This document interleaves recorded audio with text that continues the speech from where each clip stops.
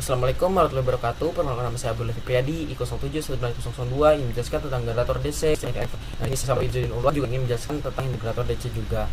Nah, di sini langsung lanjut saja saya ke slide berikutnya. Nah, jadi apa itu generator DC? Jadi konsepnya itu generator DC adalah mesin yang dapat merubah energi mekanis menjadi energi listrik, di mana energi mekanisnya diproses di generator DC lalu diubah ke energi listrik. Lalu dia juga akan menghasilkan listriknya itu arus DC, arus searah seperti itu. Lalu kita lanjut saja ke cara kerjanya, bagaimana kok bisa seperti itu, kok bisa arus DC gitu. Nah, jadi ada magnet, ada armatur itu yang tengah, terus ada komutator, itu ada cincin. Jadi medan magnet itu menghasilkan, kan magnet akan menghasilkan flux magnet, medan magnet. Nah, itu armaturnya karena dia memotong medan magnet, maka dia akan memiliki kecepatan relatif, jadi dia akan berputar. Nah, medan magnet juga menghasilkan electromotive force, GGL induksi. Lalu listrik yang mengalir akan disearahkan oleh komutator. Nah, animasinya seperti ini, dia akan berputar. Lalu ada kecepatan relatif, ada arah dari medan magnetnya dan juga arah arusnya. Nah, lalu kenapa grafiknya seperti itu? Itu kenapa nggak kayak AC, kan bawah ada yang di bawah itu. Nah, ini karena diserahkan oleh komutator. Jadi polarisasinya itu berubah ketika, kan itu komutatornya gini ya, bulat ada bolongnya. Nah, itu ketika bolong itu kan nol tuh, dia itu nol GGL induksinya. Nah, habis itu polarisasinya berubah ketika masuk ke yang baru. Ketika masuk yang karbon yang baru, itu polarisasinya berubah. Jadi maka akan plus minusnya itu berubah, dan juga berarti akan turun lagi. Jadi dia sama lagi gitu, arahnya sama lagi. Jadi makanya satu arah diserahkan oleh komutator. Jadi seperti itu. Nah, itu cara kerjanya kenapa bisa seperti itu. Lalu untuk strukturnya, jadi di dalam generator DC itu juga ada dalamnya. Jadi ada rotor, bagian yang berputar seperti armatur ini, dan juga bagian rotor. Terus ada bagian yang diam, stator, buat magnet, dan juga ada celah udara, ini. Terus ada inti, ada komutator tadi yang buat penjara, dan juga ada kumparan. Lalu untuk stator, bagian yang diam itu ada kerangka buat melindungi apa aja, buat bodi lah, kutub utama dan belitan, kutub bantu dan belitan, itu magnet tadi, bantalan sikat tadi yang brass. Nah, itu celah udara, yaitu ruangan antara rotor dan stator.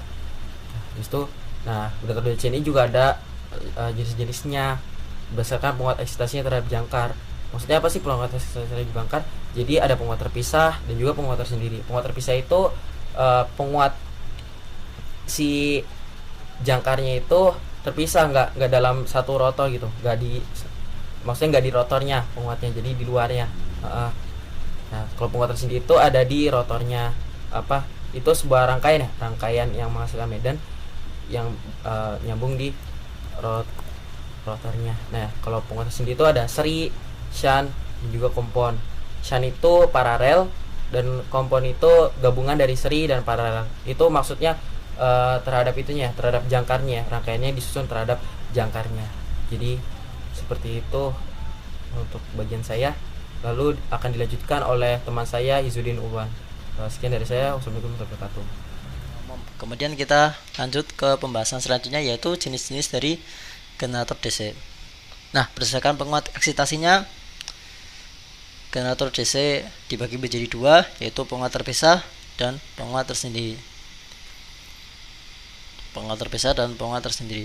Langsung aja kita bahas satu persatu. Nah, pada penguat terpisah, yaitu merupakan generator yang penguat eksitasinya tidak menjadi satu dengan rangkaian ekuivalen dari jangkar. Jadi rangkaian penguatnya atau rangkaian medannya itu berbeda dengan rangkaian ekuivalen jangkarnya. Nah, untuk berdasarkan jenis penguatannya dibagi menjadi dua, yaitu penguat elektromagnetik dan magnet permanen. Nah, pada penguat elektromagnetik dia menggunakan magnet yang dihasilkan dari magnet yang sifat kemagnetannya diperoleh dari sumber tenaga listrik arus arah yang berada pada luar generator. Jadi kalau pada penguat elektromagnetik, magnetiknya bisa kita kendalikan melalui dengan pengaturan tegangan terminal yang berada di luar generator. Jadi ketika tegangan VF kita atur, kita naikkan, maka otomatis nilai medan penguatnya juga akan meningkat seperti itu. Terus kemudian kalau pada magnet permanen kita memang tidak memerlukan tambahan tegangan terminal di luar generator, akan tetapi nilai medannya bersifat tetap karena kita menggunakan magnet permanen seperti itu.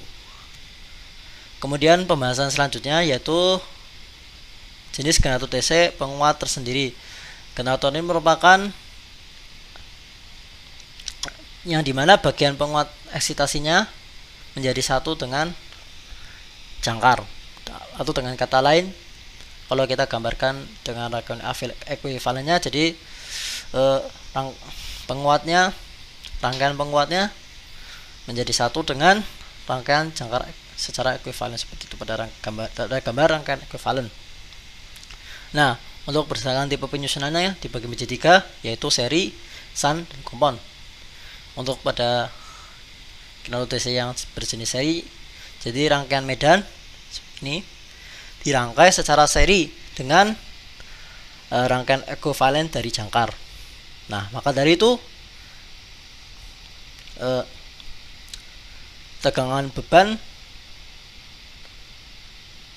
terhubung secara paralel dengan EA. Jadi sehingga ketika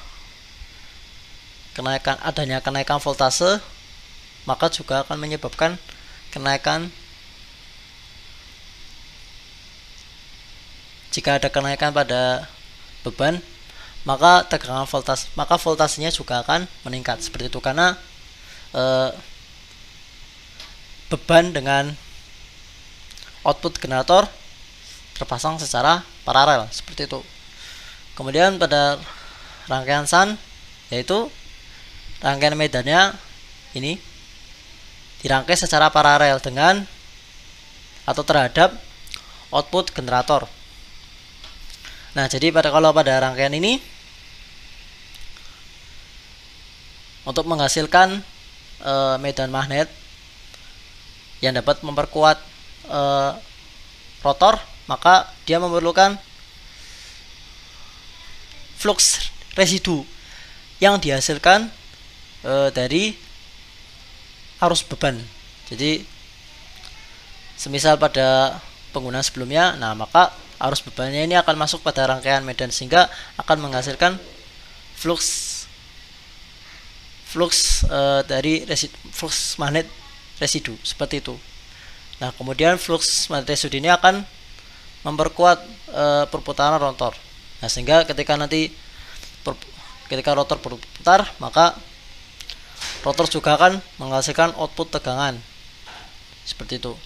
Nah, adapun ketika semisal beban tegangan kita tingkatkan, maka output generatornya akan mengalami penurunan seperti itu. Kemudian jenis selanjutnya yaitu kompon. Nah, jadi kompon sendiri merupakan perpaduan antara generator DC seri dengan shunt. Nah, adapun jenis dari generator kompon dibagi menjadi 2, majemuk kumulatif dan diferensial. Nah, pada majemuk kumulatif sendiri dibagi berdasarkan bentuk rangkaiannya dibagi menjadi 2, kompon pendek dan kompon panjang. Jadi kalau pada kompon pendek rangkaian medan dirangkai secara paralel terhadap tegangan output. Namun untuk rangkaian ekuivalen jangkarnya dirangkai secara seri terhadap output tegangan. Nah, hal ini menyebabkan ketika nilai IA, yaitu arus output tegangan, arus dari output generator,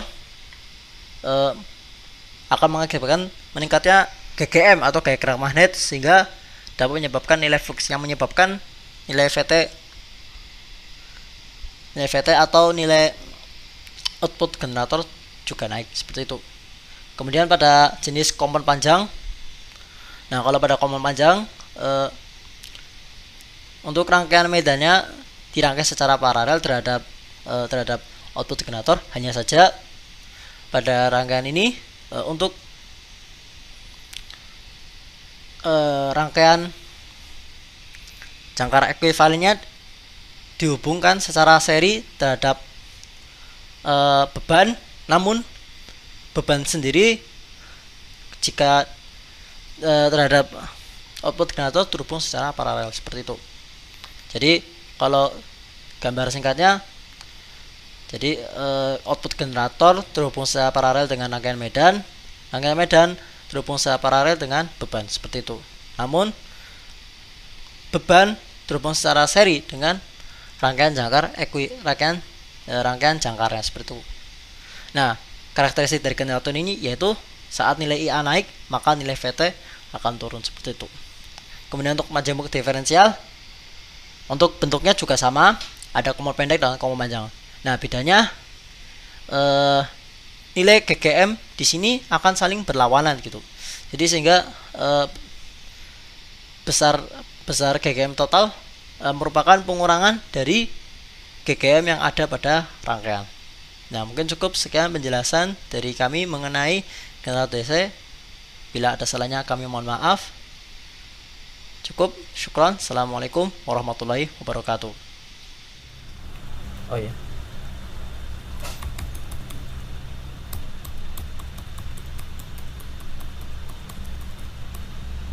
Lalu untuk referensi yang kita gunakan itu ada Mas Kunto bab 3 mesin DC, itu menjelaskan tentang karakteristik generator DC. Terus ada 10 generator DC 2009, dan juga ada Pak Agus Ramlan modul yang dikasih di Spada, itu juga dijadikan referensi sebagai untuk membentuk presentasi ini. Jadi sekian dari saya. Wassalamualaikum warahmatullahi wabarakatuh. Terima kasih.